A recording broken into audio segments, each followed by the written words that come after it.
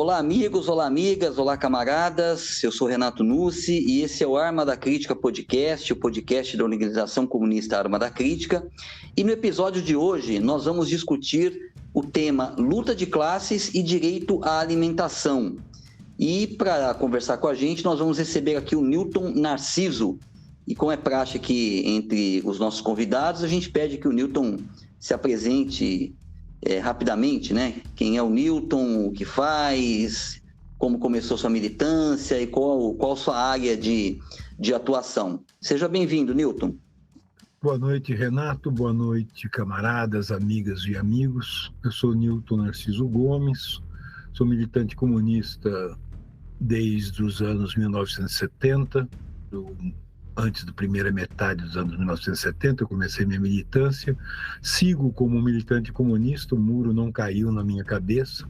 Atualmente eu sou professor da Universidade de Brasília e responsável por um grupo de pesquisa e extensão chamado Arroz com Feijão, cujo objetivo é estudar a segurança alimentar, a insegurança alimentar e especialmente a comida como um direito inerente à cidadania.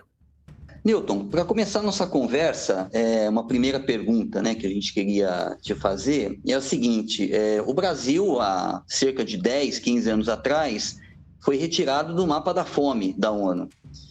E, para nossa surpresa, o Brasil voltou a fazer parte novamente do mapa da fome, né?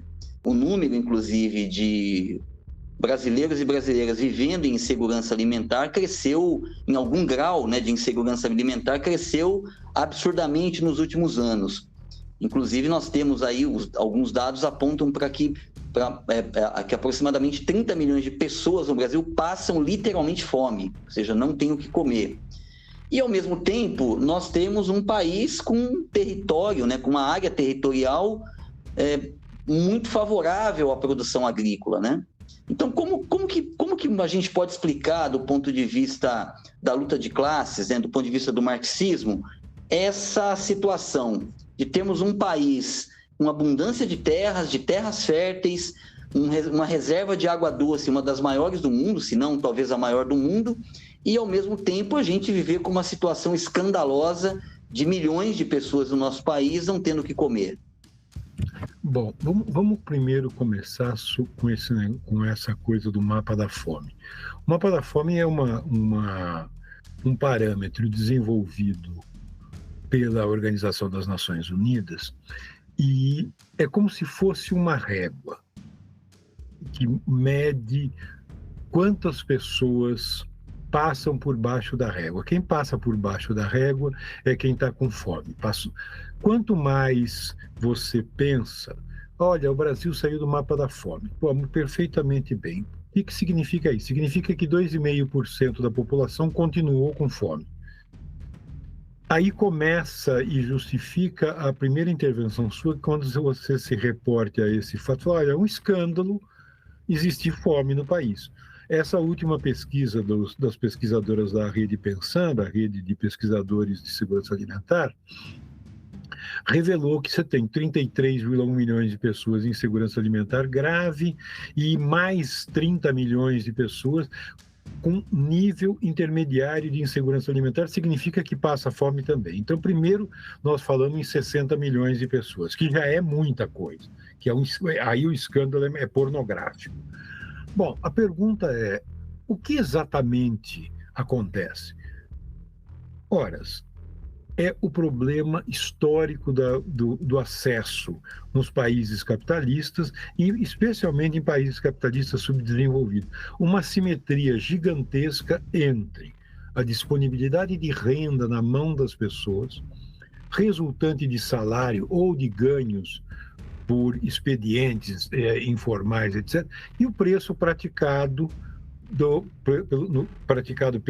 pelos estabelecimentos, praticado para os alimentos. O resultado é que essa população não come.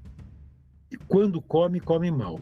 Para complicar ainda mais a história, há uma oligopolização do setor de distribuição de supermercados, o que gerou nas regiões periféricas, onde se concentra o maior nível da pobreza, gerou desertos alimentares, ou seja, lugares em que a disponibilidade de equipamentos que vendam comida foi severamente reduzido, ficou restrito a poucos equipamentos que vendem alimentos ultraprocessados. Por quê? Por uma razão também simples. A renda desses comerciantes é pequena, eles precisam ter produtos que tenham longo tempo, que aguentem longo tempo de prateleira. Isso é produto ultraprocessado. Mas o complicador que eu chamo a atenção não é só esse. É que enquanto funcionou a rede, essas redes de abastecimento da periferia, você tinha um expediente que, embora replicasse preços mais altos, era um expediente que garantia que as pessoas tivessem um acesso, pelo menos regular, a algum tipo de comida, que era o expediente da caderneta. Então, acabava o salário gasto na compra do mês no supermercado, as pessoas recorriam aos mercadinhos, mercearias, quitandas perto de casa, o cara anotava no caderno e depois acertava no final do mês, que é uma espécie de crédito direto, reproduz preços mais altos, mas de qualquer modo você tinha acesso, porque esses equipamentos conseguem proezas do tipo de vender 3 ovos, um copo de óleo, meio pacote de macarrão, um rolo de papel higiênico e coisas desse tipo. O oligopólio dos supermercados destruiu completamente essas redes. Então, essas redes ficaram restritas a lojas de conveniência. Bom, aí esclarecemos um problema relacionado à questão da fome, a simetria entre a renda das pessoas e o preço praticado dos alimentos. O outro agora é a disponibilidade de terra no Brasil. É verdade, o Brasil é um dos países com grande disponibilidade de terra. O único problema é que essa terra é concentrada. A propriedade da terra continua concentrada na forma e no controle do grande capital, do capital portador de juros. Não é mais o fazendeiro de botina e chapelão, mas é o fundo de pensão, os fundos de investimento que controlam isso. Controlam para produzir o quê? Produzir mercadorias destinadas ao mercado externo. Então, nós somos produtores de mercadorias de exportação.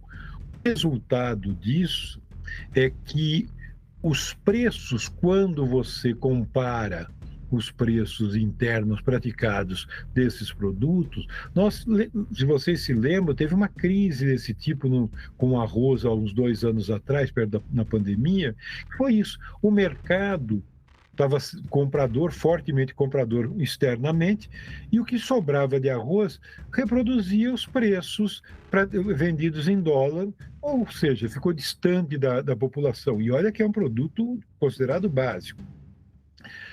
O agravante disso é que, de fato, nós somos uma das grandes reservas, se não a maior reserva de água do mundo. Entretanto, nós temos que considerar que os nossos aquíferos estão sendo usados sem nenhum critério, sem nenhuma política de reuso, de economia de água, e usado para produzir álcool, soja, milho e carne que vão para exportação. Na prática, se a gente quisesse reduzir isso a uma ideia assustadora, nós somos exportadores líquidos de água.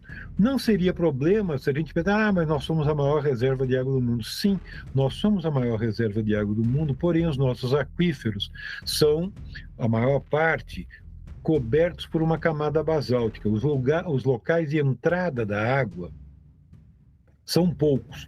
Há uma mudança climática, o aquecimento global provocou mudança do regime de chuvas, então tem chovido pouco, e quando chove em lugar que pura e simplesmente não atinge a entrada do aquífero. Então você tem um desperdício formidável de água para produzir comida para ser exportada, ou comida não, que na verdade são mercadorias de exportação, substâncias alimentares.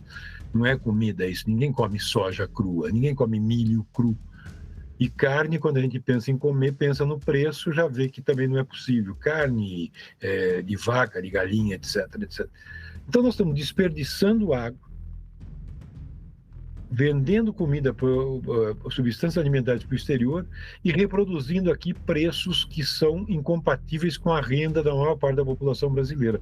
Então, a questão aí é a gente entender que não será com programas de distribuição de renda que nós vamos resolver esse problema. Se não tiver uma política que atue sobre o sistema alimentar, nós não vamos sair do lugar.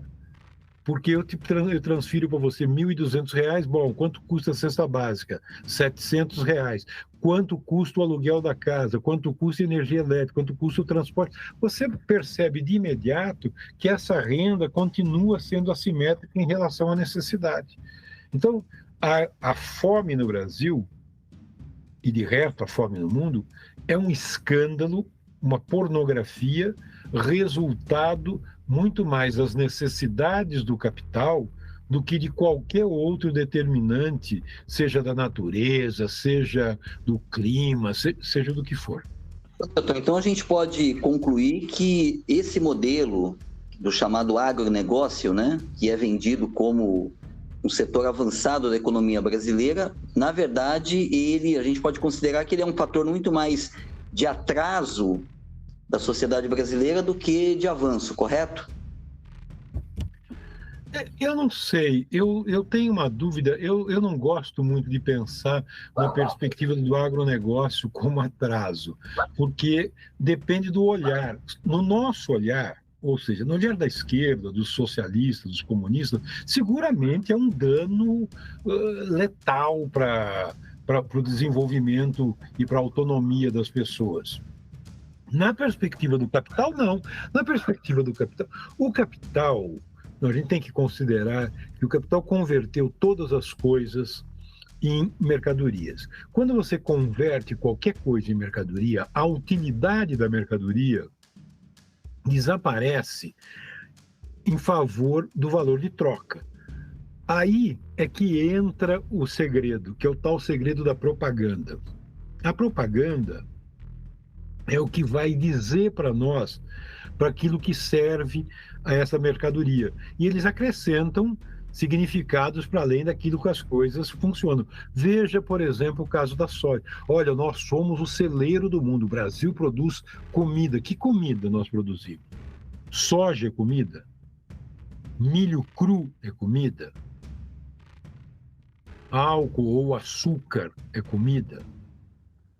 Mas veja, criou-se no imaginário uma ideia que nós somos grandes produtores de comida. Não, nós somos grandes produtores de substâncias alimentares. A comida que nós comemos, que a maior parte da população come, são comidas industrializadas e processadas. Comida, como diz o Polan, que imita comida. Então você tem... Vejam, tem algum propósito você comprar...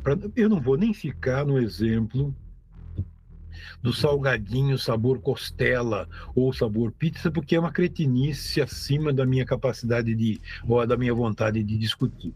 Ou você come biscoito, bolacha, ou você come costela. Né?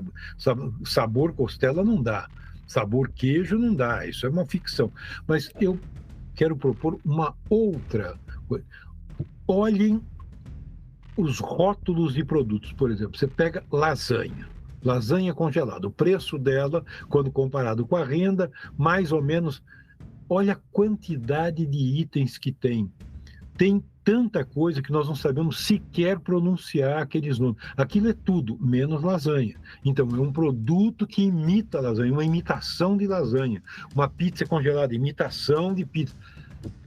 É isso que nós estamos comendo. Por que nós estamos comendo? Porque são mercadorias mais baratas. São mercadorias mais baratas porque elas são produzidas em escala, com grande nível de elementos artificiais, de gosto, sabor, e tem um tempo de prateleira esticado, 1 ano, 2 anos. Acabou a ideia que nós sempre tivemos, pelo menos a pessoal com um pouco mais de idade, ou que mora em alguma cidade que tenha forte conexão com a zona rural ou que, de alguma maneira, tem raízes na zona rural, aí nossa ideia de coisa perecível acabou. E não é falando, não, olha, não tem coisa. Tem uma história de rúcula, tem um amigo nosso, um dos grandes nomes do abastecimento, Hélio Junqueira, que uma vez ele falou, olha, eu estou indignado, eu comprei uma rúcula, deixei na geladeira faz 1 semana e meia, ela continua verde, viçosa, como ela sempre teve. Está certo que é dura, que não dá para mastigar, precisa de um serrote para cortar, mas continua. Você percebe? Então, o agronegócio, do ponto de vista dos interesses e necessidades do capital, ele é a chave principal da acumulação para países subdesenvolvidos. Agora, do ponto de vista das necessidades humanas, da autonomia dos indivíduos, da autonomia crítica, da capacidade de agência, da formação da cidadania como direito humano à alimentação, é um desastre. É um desastre. Ele não é um inibidor de desenvolvimento. Ele é um desastre porque ele garante que o capital se concentre, que o lucro seja capturado sempre pelas minorias, em detrimento das necessidades da maioria. Isso sem contar que esse agronegócio é uma falácia, porque financia-se a produção, financia-se o transporte, isenta de impostos, e as pessoas não pagam. Veja a dívida do agronegócio com os bancos oficiais. Vai um trabalhador ficar devendo uns R$2.000, R$3.000 para você ver se ele não vai para o pau. Então, o agronegócio, para mim, é uma imoralidade do ponto de vista daqueles que têm compromisso com uma sociedade de iguais, uma sociedade socialista. Ou mesmo aqueles que imaginam uma sociedade no ápice da sua generosidade infantil, uma sociedade com capitalismo regulado. Eu sempre insisto, você já ouviu, Renato, eu falar isso diversas vezes, não há possibilidade de acordo com as costas e o chicote. E não é pela quantidade de chicotadas, pela intensidade de chicotada que você pode levar ou não levar. É pelo fato de você entrar com as costas e alguém ter o direito de segurar o cabo do chicote.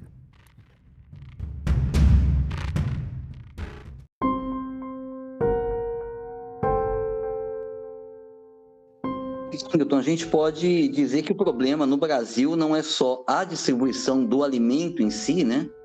Do consumo de alimento, mas também da qualidade do alimento consumido, né? Pelo que você coloca. Existe algum estudo, enfim, sobre a qualidade mesmo dos produtos in natura, né, que a gente consome, das verduras e legumes, frutas, enfim.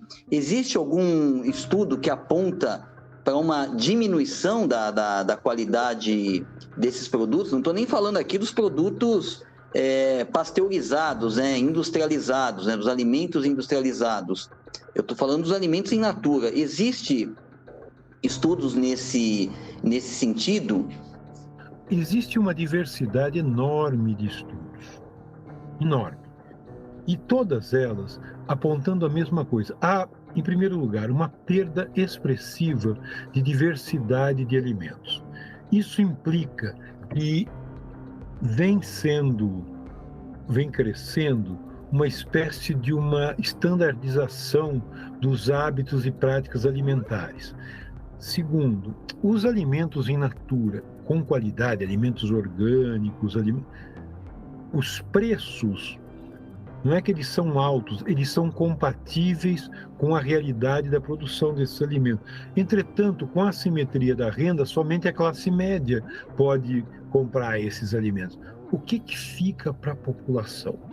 A população fica com alimento ultraprocessado. Segundo elemento chave, há um processo de enrijecimento da elasticidade de produtos tempo intensivo, produtos que demoram muito tempo para ficar pronto, arroz, feijão, batata, etc. Por quê? Porque a mobilidade urbana e o fato de as famílias inteiras trabalharem o dia todo e morarem distante do local de trabalho, fazem com que uma parte expressiva do dia seja perdida em transporte, em ir e vir, O resultado disso é que fica muito pouco tempo para cozinhar, Então você tem que buscar alimentos que sejam rápidos para serem cozidos, para você poder, pelo menos, poder descansar. Uma média de 2 horas, 3 horas por dia, 4 horas por dia perdida só em transporte. Esse é o outro problema adicional. Então, comida de qualidade existe, mas é restrita às populações de maior renda. Segundo, o outro problema, há um problema associado ao desmonte das cadeias de abastecimento. Houve uma mudança, desde que os supermercados se assenhoraram do varejo alimentar, desapareceu inúmeras iniciativas que permitiam à população ter acesso à comida de qualidade, ou pelo menos de comida in natura.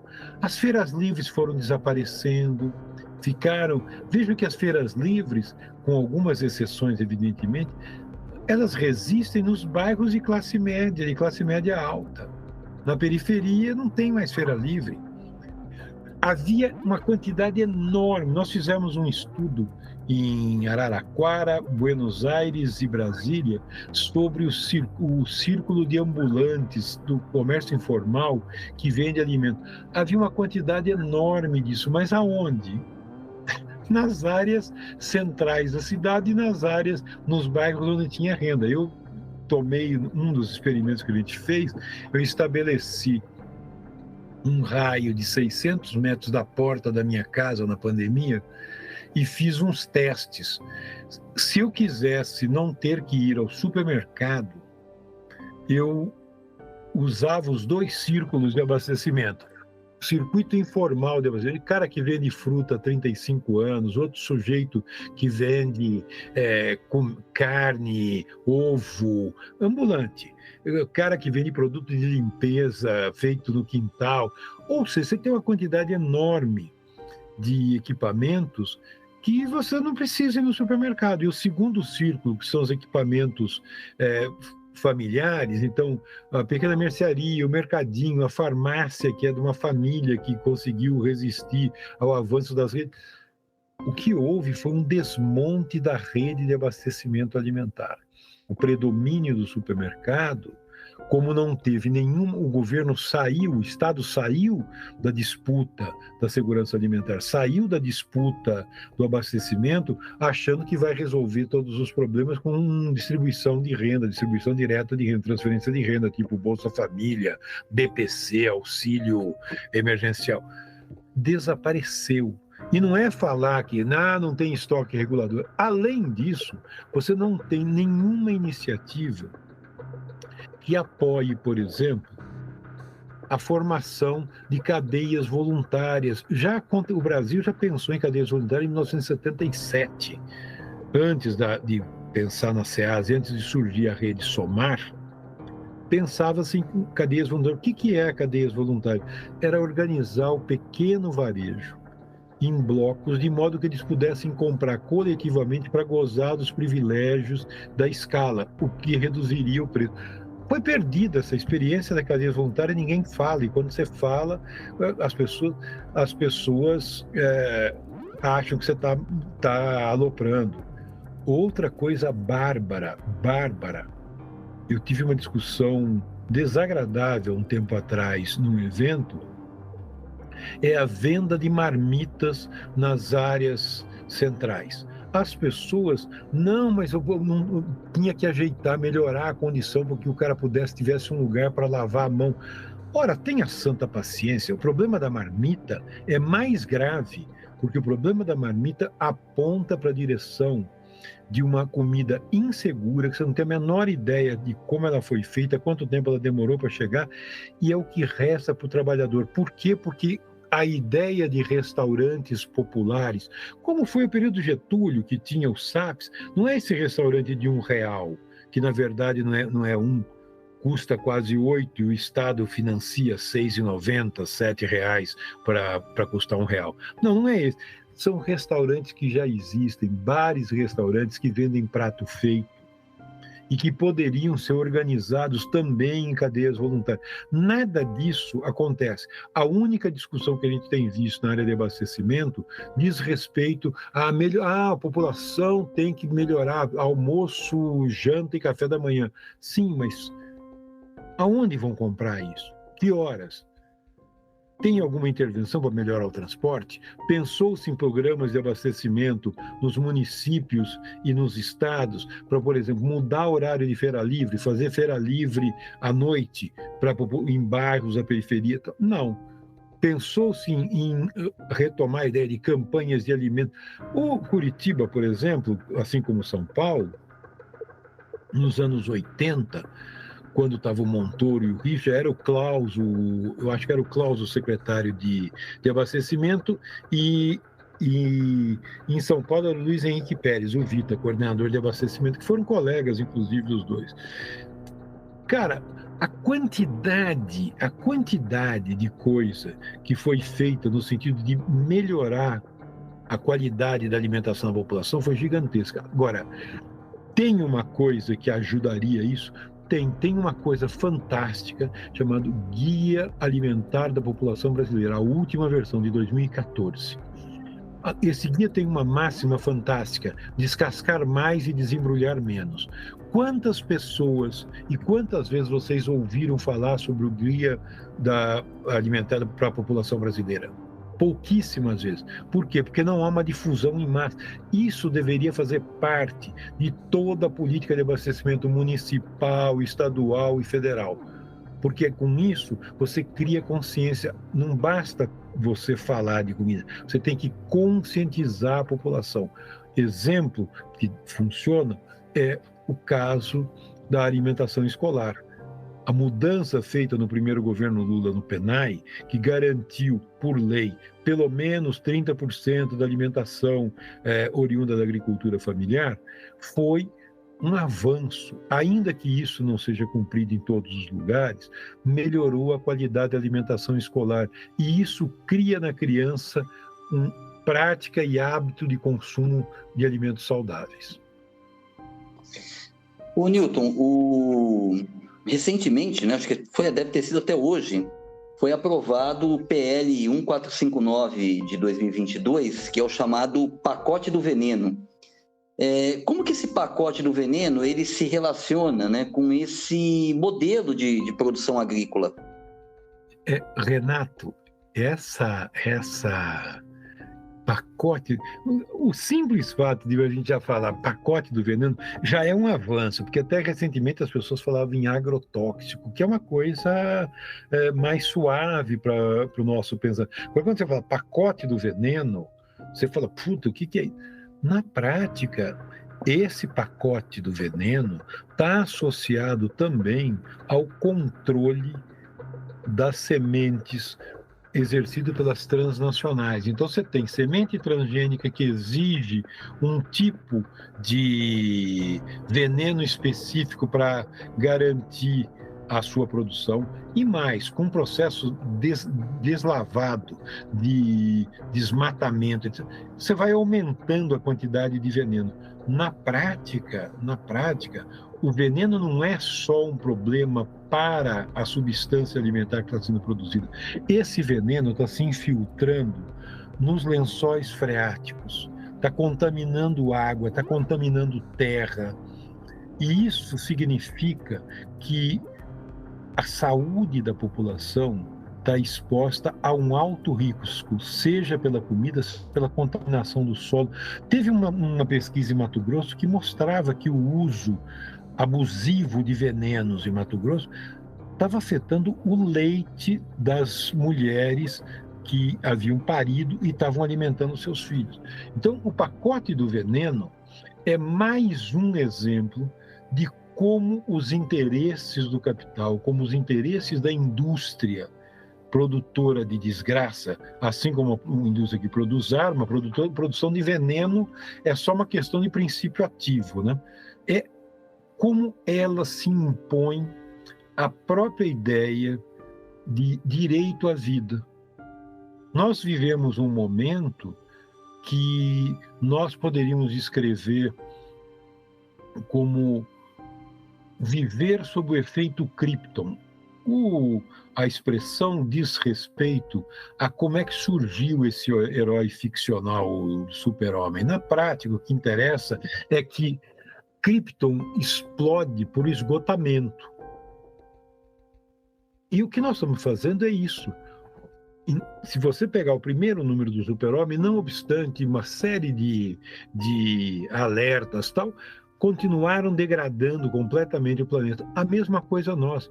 Nós estamos num período, veja o que aconteceu nos últimos meses no Brasil. Um calor pavoroso, as chuvas devastadoras, uma seca infernal em regiões a ponto de colocar a região amazônica num quadrado, num pedaço, numa área de seca feroz. E as pessoas continuam achando que isso é invenção da esquerda, que o efeito, que o aquecimento global, que os cataclismas, as tragédias climáticas, é coisa da esquerda.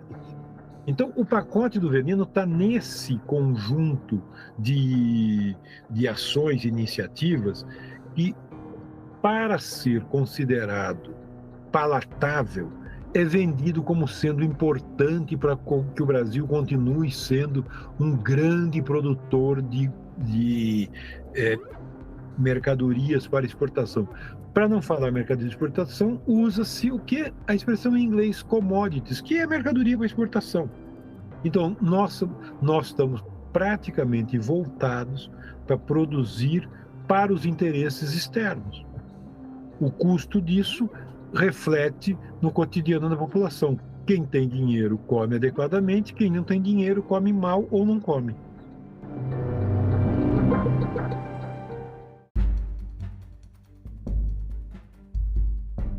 Newton, tem vários dados, né, que apontam para o fato de que a agricultura familiar no Brasil ela responde por 75% dos alimentos consumidos pela massa trabalhadora, pela classe trabalhadora no Brasil.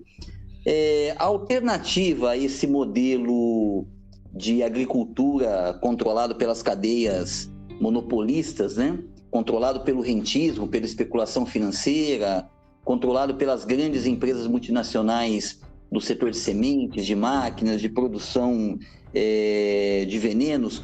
A alternativa a esse modelo seria um apoio maior à agricultura familiar? Bom, eu não vou entrar nessa polêmica desse número, do número 70%, 75%. Há um tempo atrás, há uns 8 anos, 10 anos atrás, o Hoffman, que é estatístico, cara de esquerda, ele fez uma análise e falou, olha, isso não é real, não é verdade que a agricultura familiar responde por 70% do consumo de alimentos das massas populares, que não é possível porque não tem essa diversidade, porque não tem esse peso, mas não vou nem entrar nesse assunto. O que para mim é importante a gente pensar é o seguinte, nós vivemos num país com uma concentração de terra escandalosa, pornográfica. Então, a reforma agrária, para nós, tem um papel quase, ou com uma série de senões, revolucionário, porque ela não redistribuiria só a terra, ela desconcentra o poder político também. Uma das características do latifúndio, ou das grandes propriedades sob controle do grande capital, é que há uma concentração política na mão de poucos. Então, a reforma agrária desconcentraria isso. A esse respeito, eu sugiro fortemente a leitura do livro do Leandro Monerato, O Capital Fictício. É um livro belíssimo, de um jovem pesquisador, que eu sugiro essa leitura. Mas, vamos lá. Eu acho que não é só uma questão da agricultura familiar. Evidentemente, eu defendo que nós retomemos a ideia de que existe no Brasil uma ampla classe camponesa. Eu não gosto dessa coisa de agricultura, não, camponês. E que o campesinato tenha uma relação peculiar com a produção de alimentos. Entretanto, para que isso frutifique, para que isso resolva, para que isso remunere esse produtor, uma vez que nós não estamos propondo o fim do capitalismo nesse momento, para que isso seja possível, nós precisamos, mais do que apoiar, financiar e estimular a agricultura familiar, também apoiar e estimular as redes de comercialização, de processamento, de distribuição de alimentos. Porque senão o agricultor familiar vai produzir e vai vender para quem? O que ele faz com isso? Não dá para ele combinar com o pé de tomate só produzir aquilo que a demanda dá conta de comprar. Então, eu defendo agricultura camponesa, biodiversidade, agricultura orgânica, segura, com alimentos regionais, com a volta da ideia de que a comida e a mistura sejam dimensões presentes na cabeça de todas as pessoas, que você tem que entender novamente que carne não pode ser prato principal. Conhecer a história da alimentação do Brasil. Aliás, saiu agora tem um livro, agora não, há alguns anos, saiu um livro do Carlos Alberto Doria com outro pesquisador da Bahia chamado Manuel Guerino, que é fantástico, que fala sobre a comida baiana, mas ele trabalha profundamente a questão da comida. O Doria tem também a chamada culinária materialista e tem também a cultura alimentar do caipira em São Paulo. São livros que falam sobre a importância da comida.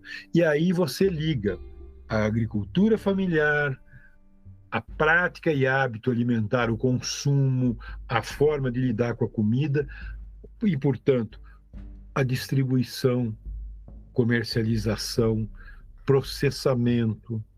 Nós não estamos falando aqui que você tem que pegar feijão com pedra e galho e ficar trilhando feijão em cima da mesa. Mas nós estamos falando que não é possível a gente vender determinado tipo de coisa sendo outra. Eu não posso vender margarina e falar que margarina é quase igual a manteiga, porque não é. Eu não posso vender lasanha congelada e convencer que é igual a lasanha que você comia na casa da sua avó, porque não é. Então, é uma coisa bem mais complexa. Não basta você estimular a agricultura familiar, não basta você fazer a reforma agrária, não basta você financiar a produção de alimento. Se você não tiver uma rede de distribuição, se você não romper os controles dos oligopólios sobre a produção de alimentos, nós podemos repetir aqui o que acontece nos Estados Unidos hoje. 90% do volume de alimentos orgânicos produzidos nos Estados Unidos são comercializados pelo Walmart sob controle de oligopólio. Então não basta ser orgânico.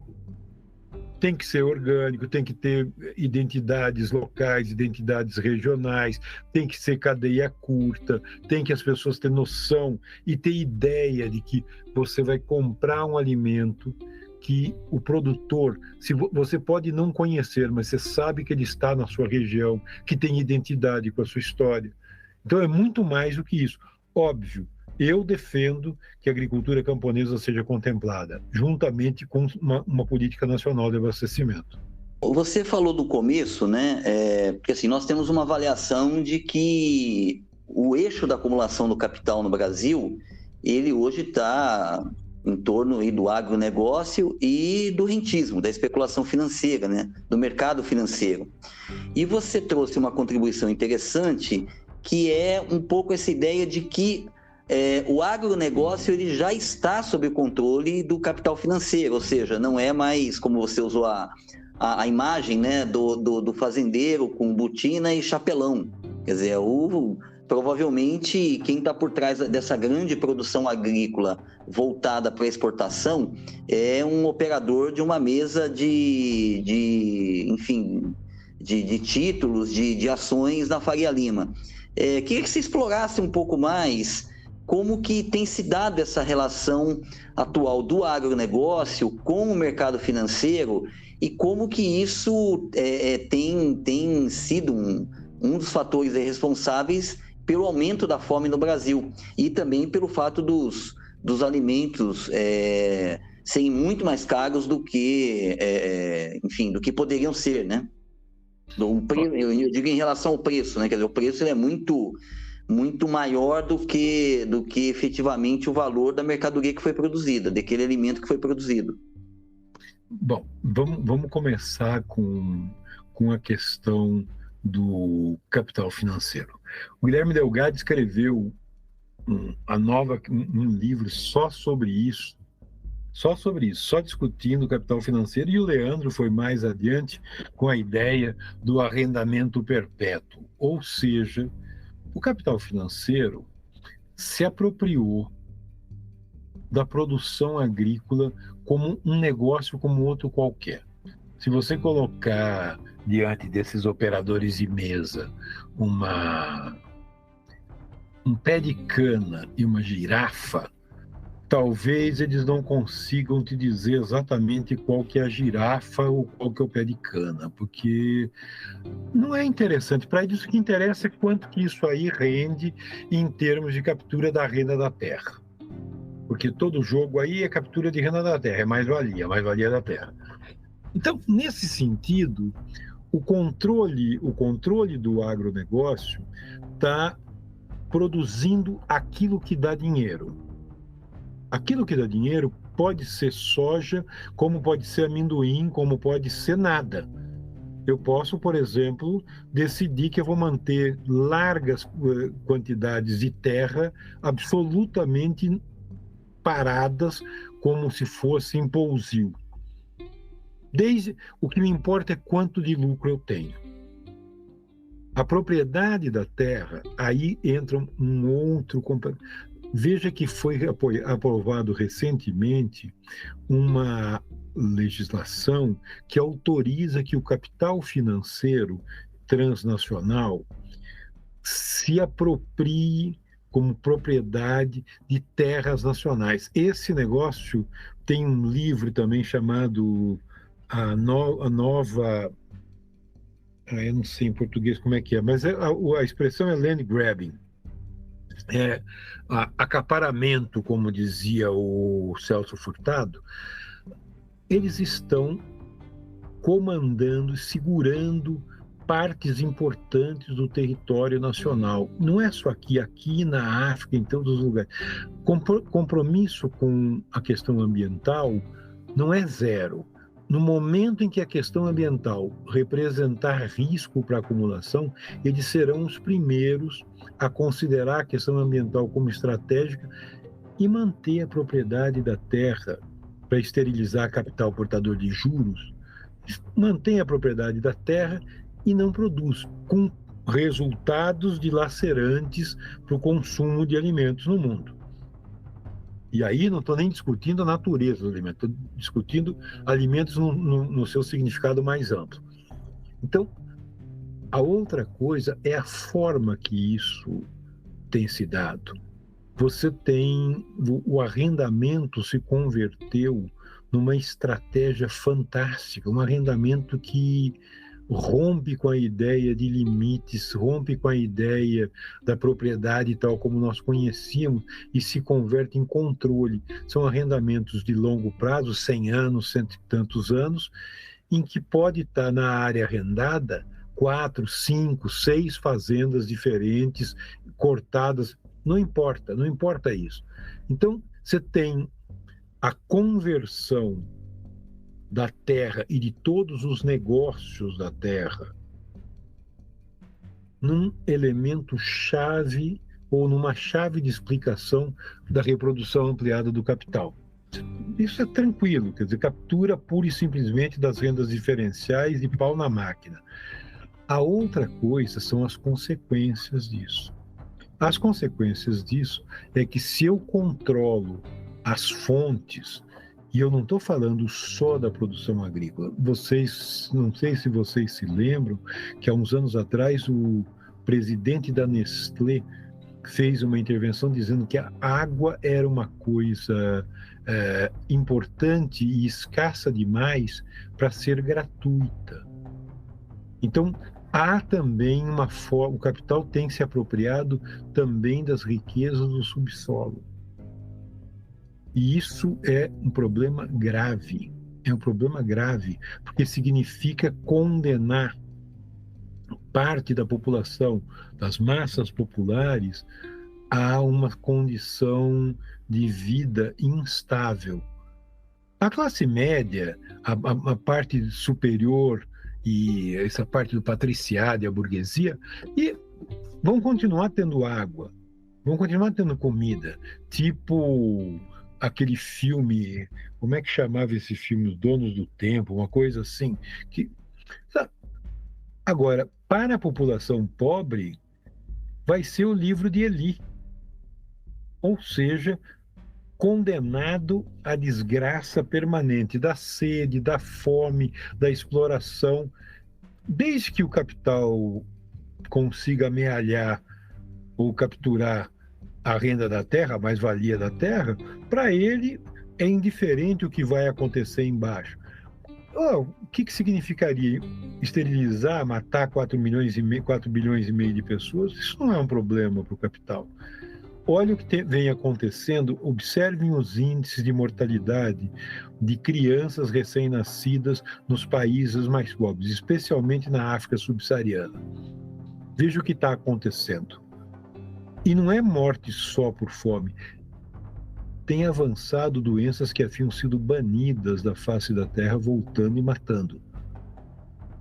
Então, nós estamos diante de um dilema que nos leva a realmente pensar até que ponto nós seremos tolerantes com a ideia de que é possível um capitalismo civilizado, educado ou solidário. E até que ponto é imperioso nós voltarmos a discutir um processo revolucionário e a construção do socialismo. Eu não tenho dúvida de que a segunda hipótese é a única coisa que nos resta. E para quem já está nesse campo, como todos nós aqui há muito tempo, é a gente não ter vergonha de dizer que nós reproduzimos a máxima do Pink e o cérebro quando nos perguntam o que vocês vão fazer amanhã. A única diferença é que ele diz que vai tomar o mundo e nós vamos destruir o capitalismo. Mas é isso que nos move, é isso a única possibilidade futura da população. Fora isso, nós teremos aqui a reprodução ampliada da tragédia.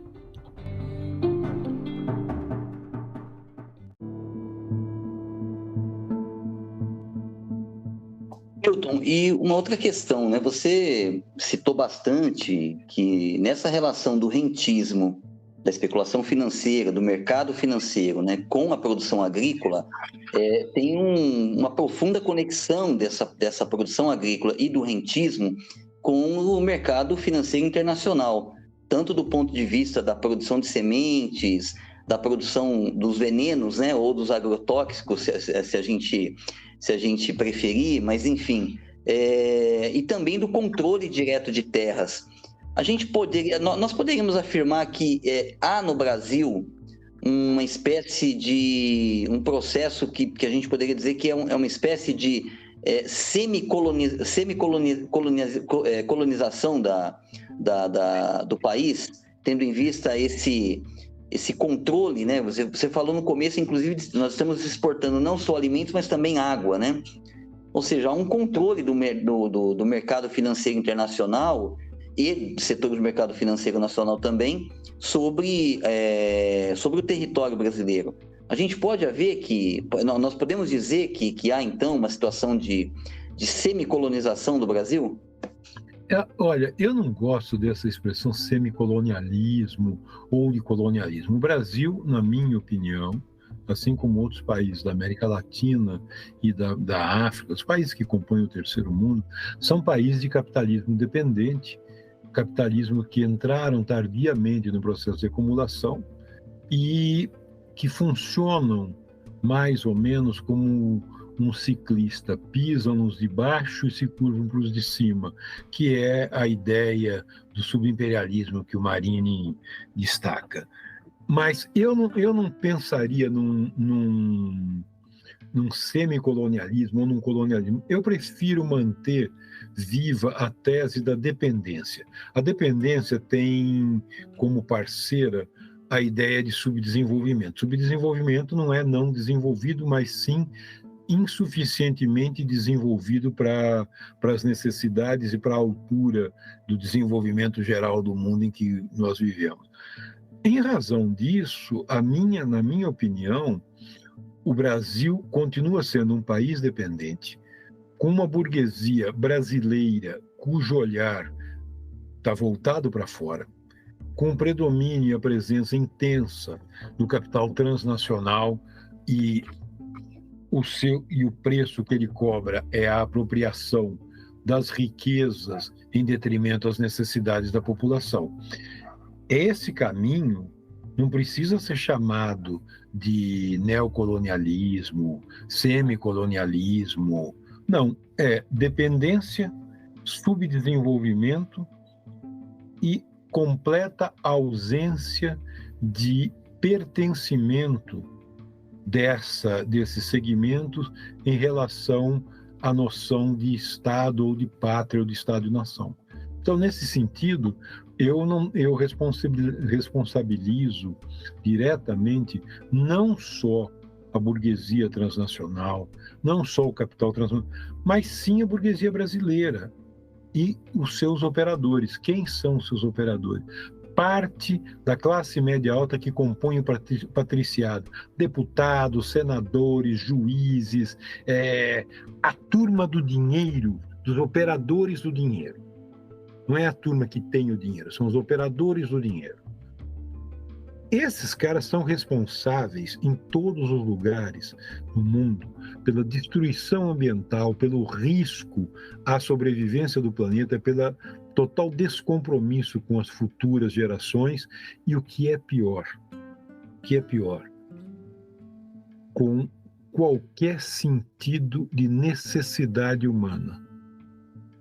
Então, não acho que seja um neocolonialismo ou um semicolonialismo. É apenas a dependência mantida naquilo que ela tem de mais clássico e mais evidente. Bom, Newton, e a pergunta que a gente sempre, claro, né, varia de acordo com cada episódio do podcast, mas é uma pergunta que a gente sempre faz, né? Como enfrentar essa situação? Você já deu várias indicações de que essa resposta a esse cenário da alimentação no mundo, mas particularmente aqui no nosso país, só tem um caminho, que é a luta pelo socialismo, né? E do ponto de vista da classe trabalhadora, né, até para a gente alcançar esse objetivo, quais seriam os instrumentos que ela dispõe atualmente? Quais seriam as táticas de luta e os objetivos mais imediatos para começar a enfrentar esse cenário que você apresentou para nós, de controle da produção alimentar por poucos grupos monopolistas, de uma alimentação que não tem nada de saudável e que tem trazido, entre outras consequências, né, a catástrofe ambiental que a gente tem assistido no último período? Olha só, a primeira coisa que eu sempre volto a insistir é que não há possibilidade, pelo menos para quem não age com má fé, de acordo entre as costas e o chicote. Por conseguinte, o nosso desafio é tomar o cabo do chicote de quem segura. Em outras palavras, a luta pelo socialismo, pela sociedade comunista, é o que nós devemos apontar como dever. Porém, nós, ao longo dos anos, todos nós, deixamos de cumprir a nossa lição de casa. Nós partimos para a ideia de que era possível, por intermédio de políticas grávidas do social, alargar os limites da institucionalidade e que isso aí resultaria numa sociedade socialista por apodrecimento ou superação do capitalismo. Ora, as regras, quando o Estado capitalista se institui por necessidade do modo de produção, ele constrói um aparato institucional que tem um monte de regras e que permite a gente fazer tudo, fazer política social, ter sindicato, mas tem uma regra mãe que coordena todas essas regras. A regra mãe diz o seguinte: é preciso cumprir regras. E é essa regra mãe que impede que a gente aceite que o Estado vai fazer revolução. Segundo, o Estado pode alargar as condições democráticas da sociedade, que é, ao fim e ao cabo, o que interessa para a classe operária, para as massas trabalhadoras, para as massas populares. Entretanto, vale muito pouco se alargar a democracia se não tiver partidos políticos, organizações políticas que disputem ideologicamente a população, porque alargar a democracia e dizer que o mais importante é que as pessoas gostam de coisas boas e de ter dinheiro para comprar comida, comprar telefone, ou seja, substituir a ideia de cidadania por um consumidor geral, um consumidor genérico, isso é estelionato. É estelionato. Então, há um caminho que me parece o mais razoável era, por exemplo, disputar agora, quando vem eleições municipais, forçar os prefeitos a atuar por intermédio dos partidos políticos sobre os vereadores, para ter uma política local de abastecimento. Quando tiver eleição estadual, mesma coisa, presidencial, mesma coisa. Ao mesmo tempo, retomar os movimentos em defesa da comida, retomar os movimentos de bairro, são ações que nós fomos perdendo ação de fábrica, perdendo ação e fomos transformando tudo em coisas genéricas. Quando eu suprimo a luta de classes da disputa política, eu passo a facilitar a vida do capital. Então, eu abraço árvores, sou ecologicamente correto, vou proteger, abraçar e dar beijo em borboleta, e esqueço que quem paga a conta da minha alucinação de sair dando beijo em borboleta é uma população que vive nas florestas, que vive como ribeirinho, e que são esquecidas pelo Estado. Quando eu falo na direito de todas as mulheres, aquilo que o gênero une, a classe social separa. Aquilo que a cor une, a classe social separa. Então nós vamos ter que retomar, no debate da alimentação, retomar a questão de classe, questão da luta de classes. A questão do direito humano à alimentação passa por a gente retomar a luta de classes, passa por a gente disputar a consciência. Eu não quero que o sujeito fale que está feliz porque ele está consumindo picanha, mas eu quero que ele diga: eu hoje decidi comer carne porque está no meu direito. Eu hoje decidi comer chicória com ovo porque é aquilo que eu quero comer hoje. A ideia do direito humano à alimentação adequada passa também pela ideia da soberania alimentar. E essas discussões não são só discussões teóricas ou só discussões de instituições e movimentos. São os partidos políticos que têm que fazer isso, especialmente os partidos políticos de matriz revolucionária. Muito bom, Newton. A gente está encaminhando, estamos encaminhando para o final da entrevista. Você quer deixar algum recado, algumas palavras finais? Não, primeiro eu agradeço muito o convite e a oportunidade, porque cada vez fica mais difícil discutir a questão alimentar na perspectiva do abastecimento alimentar e da própria comida, quando a gente coloca o debate de classes e o socialismo como um objetivo. É fácil discutir quando a gente quer ser bonzinho. Agora, quando a gente não tem vocação para tocar harpa de camisola e sandália, como dizia o Paulo Vanzolin, fica mais difícil. Então, eu tive a oportunidade hoje de falar exatamente aquilo que eu penso, da forma que eu penso. Se agradou as pessoas ou não agradou, aí já não é um problema meu, mas isso é exatamente aquilo que eu penso. Eu não tiro nenhuma, não acrescento nem tiro nenhuma palavra. Então, eu agradeço imensamente a oportunidade para isso e recomendo fortemente a leitura, especialmente a leitura para as questões da Terra, do livro do Leandro Monerato, Terra Fictícia, e esse livro, Manuel Guerino, que o Carlos Alberto Doria publicou juntamente com outro professor que eu esqueci o nome, que é uma falha imperdoável, sobre a questão da comida. Muito obrigado, foi muito bom estar com vocês. Muito obrigado, Newton. Também deixar aqui os nossos agradecimentos ao Augusto, né, que sempre fica na retaguarda técnica aqui nos ajudando. Então, nós estamos terminando o nosso episódio de hoje, que é Luta de Classe e Alimentação, e voltamos aqui 2 semanas com um novo episódio do Arma da Crítica Podcast, o podcast da Organização Comunista Arma da Crítica. Valeu, gente, e até mais.